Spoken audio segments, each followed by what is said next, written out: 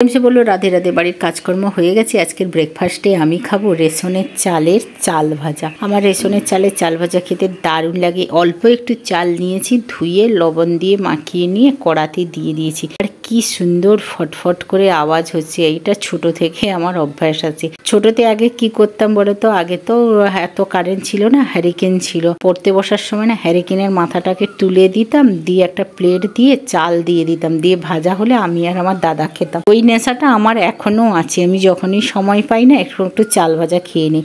এটা খেলে কিন্তু প্রচুর পোকা খেতাম, কারণ প্রচন্ড পেটে ব্যথা হয়। আর হচ্ছে আমার মা ঠাকুমা বলতো লক্ষ্মী ছাড়া না হলে এইসব কাজ করে, কিন্তু আমার না খেতে ভালো লাগে। এখনো প্রচুর নেশা।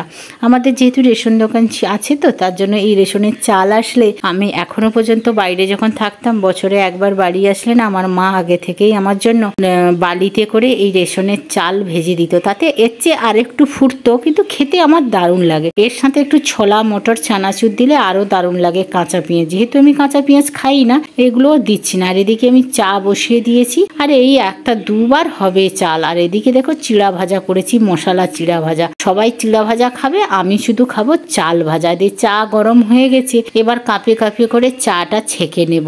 আমিও একটু চাল ভাজা দেবো। আমার বড় মেয়েটা একটু খেতে ভালোবাসে চাল ভাজা, কিন্তু ছোটটা এতটা পছন্দ করে না। ও শক্ত জিনিস একদম খেতে চায় না। দিদির মেয়ে আছে, ও বি ভালোবাসে। তো সকাল সকাল একটু চা, চিড়া ভাজা আর চাল ভাজা দিয়ে এই সকালটা শুরু করলাম। শুরু তো অনেক আগেই হয়ে গেছে। এই রেশনের চালটা কিন্তু আমাদের কারের রেশনের চাল, বাবার বাড়ির রেশনের চাল নয়। কিন্তু সকালে ব্রেকফাস্টের পরে এই যে দুপুরে রান্না করে দিয়েছি। ফিশ চিলি কারি বানাচ্ছি। মাছগুলোকে ছোট ছোট করে কেটে বানাতে হয় চিলি চিকেনের মতো। এটা রেডি হয়ে গেছে। আর বেশি কিছু দেখালাম না, একদম দুপুরের লাঞ্চ রেডি করে দিয়েছি। আমিষ আছে, নিরামিষ আছে। মাছের সোনাদাটা দিয়ে ঝোল আছে, সয়াবিন তরকারি, টক, মাছের মলার ঝোল আছে। এইগুলো দিয়ে আজকের আমরা সবাই মিলে দুপুরের লাঞ্চটা সেরে নেব।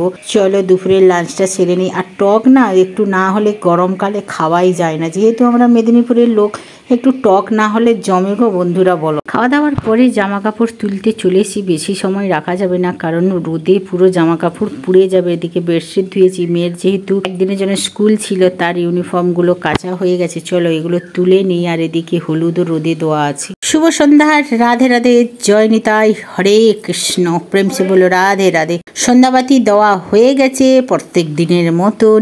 এরপরে একটু যাব বাইরে, তাই তাড়াতাড়ি সন্ধ্যাবাতি দিয়ে আমরা রওনা হব। নিচেও সন্ধ্যাবাতি দিতে হবে। চলো নিচে সন্ধ্যাবাতি দিয়ে রেডি হয়ে কোথায় যাচ্ছি তোমাদের দেখাবো। প্রেম সে বলে রাধে রাধে। আমরা এখন চলে এসেছি ব্যারাকপুর চিড়িয়া মোড়ে চশমার দোকানে। এখানে ঘড়িও পাওয়া যায়। এটা আমাদের আর্মির থ্রু এখানে অ্যাটাচ আছে, কিন্তু আমরা আর্মির এতে আসিনি। আমরা নর্মালভাবে এই যে আমাকে দেখা যাচ্ছে এর চশমাটা পাল্টাতে এসেছি এবং পাওয়ারটা চেঞ্জ করব বলে আমরা চলে এসেছি। চিড়িয়া মোড়ে চশমা নিচ্ছি। 7খানা দোকান ঘুরে ঘুরে একটা দোকানে ঢুকেছি। ঠপ মারলাম। ভালো লাগছে, খুব সুন্দর।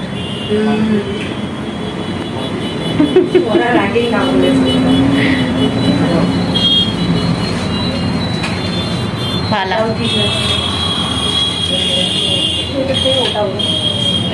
চশমা পছন্দ করে অর্ডার দিয়ে চলে এসেছি এখন ফুচকা খাওয়ার জন্য। এটা একদম হেমলতা যে এটা আছে গিফট হাউস, তার পাশেই এই ভাইটা বসে। খুব সুন্দর ফুচকা বিক্রি করে। ব্যারাকপুরে 10 টাকায় 4টে দেয়, 5টা দিচ্ছে। এই যে দেখো হেমলতা একদম গিফট হাউসের কাছে। আর এখানে বৃষ্টি পড়ছে বলে সব ঘুরিয়ে নিচ্ছে, সব ভরে নিচ্ছে। আমি ভিডিও একটু করছি আর ওই দাদাটা দেখছে।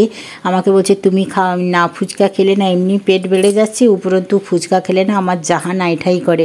এরা বললো যে হ্যাঁ খুব সুন্দর। বড় মেয়ে তো সবসময় এখানে ফুচকা খায়, আর এ প্রথমবার খেলো বলে হ্যাঁ খুব টেস্টি আছে। আর এই হচ্ছে ফুচকা দাদা, খুব সুন্দর। তোমরা ব্যারাকপুরে আসলে এই ফুচকা দোকানের কাছে খেতে পারো।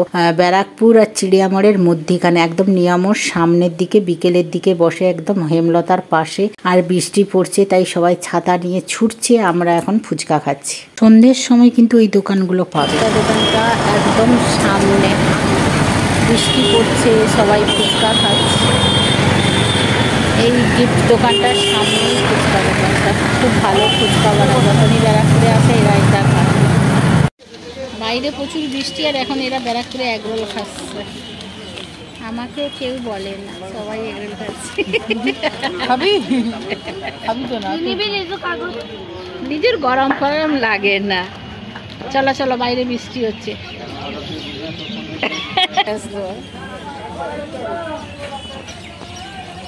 এখন বাড়ি চলে এসেছি, তারপরে বৃষ্টি শুরু হয়ে গেছে, তো ছুটে আমরা স্টেশনেই ঢুকে গেছি। এগরোলটা একদম 1 নম্বর প্ল্যাটফর্মের এদিকে যে টোটো স্ট্যান্ডের কাছে যে এগরোল দোকান, ওখান থেকেই ওরা এগরোল খেলো, বড়মশাই খেলো না। এগরোলটা নিয়েই ছুটে আমরা প্ল্যাটফর্মে ঢুকে গেছি। আমাদের 6:40 ট্রেন ছিল, তো ট্রেনটা ধরে বাড়ি আমরা পৌঁছে গেছি। এখন বাইরে বৃষ্টি হচ্ছে। এখন রাত্রি 10টা বাজে, খাবার বানাতে চলে এসেছি। একটু আলু বড়ি ভাজা করছি, আর সকালের ডাল ছিল, ডালটাকে একদম শুকনো চচ্চড়ি করে নেব। আর এই যে রুটি আমি বানিয়ে নিয়েছি বড়মশাইয়ের জন্য আর বাচ্চাদের জন্য, ওরা খাবে কিনা জানি না, সকালে থেকে যাবে। আর এদিকে দেখো, আগের দিন পিজার বেস নিয়ে এসেছিলাম, মেয়েটা এসছে, ওকে একটু খাওয়াবো বলে, তো ওই জন্য দেখো ক্যাপসিকাম আর পেঁয়াজ নিয়ে নিয়েছি, টমাটোমটা শুধু, আর এটা হচ্ছে অর্গ্যানো নিয়েছি। এইটা দিয়ে একদম সিম্পল ভাবে পিজা বানাবো। পিজা সস, মিউনিস সব কিছু দিয়ে দিয়েছি, পেঁয়াজ, ক্যাপসিকাম, অর্গ্যানো, চিলি ফ্লেক্স সব চিজ ফিজ দিয়ে ওদের 3 জনের 3টে রেডি করে নিচ্ছি পেঁয়াজ দিয়ে। আমারটা একদম সিম্পল বানাবো, কোনো পেঁয়াজ থাকবে না। রাত হয়ে গেছে না, তাই দুদিকে বসিয়ে দিয়েছি, একটা তাওয়াতে বসিয়ে দিয়েছি, একটা কড়াইতে বসিয়ে এই যে ঢাকনা দিয়ে দেবো। আর এটা আরেকটা আছে, একটা আর আমারটা একসঙ্গে হয়ে যাবে। আমারটাই পেঁয়াজ ছাড়া সব দিয়েছি। চলো তাড়াতাড়ি করে বানিয়ে নিয়ে তোমাদের সামনে ফিরে আসছি। লাস্টের আর ফিনিশিংটা তোমাদের দেখাতে পারলাম না। খাওয়া দাওয়া তাড়াতাড়ি করে নিয়েছি, বড়মশাইকে এটা বানাতে বানাতে খেতে দিয়ে দিয়েছি। এখন বাজে 11:30-12টার মতন। খাওয়া দাওয়া কমপ্লিট হয়ে গেছে। ওরা একটা পিজা খেয়েই থেকে গেছে, কারণ এগরোল ফেগরোল খেয়েছে তো, আর পেটে ওদের জায়গা নেই, তো এই জন্য বানিয়ে দিলাম। ছেলেটা এসেছিলো, তাকে আর পিজা খাওয়াতে পারলাম না, কিন্তু ব্রেডের সাহায্যে ওকে চিজ দিয়ে খাইয়েছি। ও আবার যখন আসবে ওকে খাওয়াবো। দারুণ খাওয়া দাওয়া হলো, এগরোল ফুচকা, আমি তো কিছুই খেলাম না। আজকে সারাদিনটা খুবই আনন্দ থাকলো। বৃষ্টি হওয়ার পরে না একটু বেশ গরমের পরে ঠান্ডা ঠান্ডা লাগ, শরীরটা খুবই ক্লান্ত। চশমা দোকানে গেলাম, দেখলাম ওর জন্য চশমা অর্ডার দিয়ে আসলাম, ও চশমা দেবে। তারপরে আমরা আবার চোখের ডাক্তার দেখানোর পরে আমার আর বড় মেয়ের আবার চোখের চশমার পাওয়ার যদি বাড়ে আবার তখন চেঞ্জ করবো। তো কেমন লাগলো সারাদিনের ব্লগটা কমেন্ট করে অবশ্যই জানাবে। এরা আসলে না বেশ আনন্দ থাকে, কেউ তো আসে না, ঘরটা বেশ জমজমাট থাকে।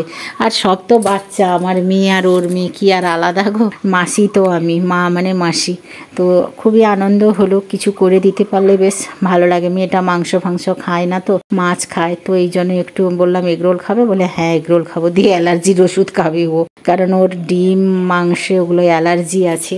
তো বাচ্চা খেতে চাইছে, খাওয়াবে না তুমি বলো? হাজার কষ্ট হলেও তা খাবে সে, একটু ছোট বাচ্চা যেহেতু। বাপের বাড়িতে তো এখন খাবে, শ্বশুর বাড়িতে চলে গেলে কে এত আদর করে খাওয়াবে তুমি বলো? ওই জন্য ওদের সব করে দিলাম। বড়মশাই ফোন দেখছে, মেয়ে বড় মেয়ে পড়ছে, ছোট মেয়ে তো এখন রিল্যাক্সে তার দিদির কাছে বসে আছে। আর আমরা সিআইডি দেখতে দেখতে খেলাম, খুবই আনন্দ লাগছে। বাইরে ঠান্ডাটা বেশ জমছে ভালো, আজকে ঘুমটা বেশ ভালোই হবে, খুবই আনন্দ লাগলো।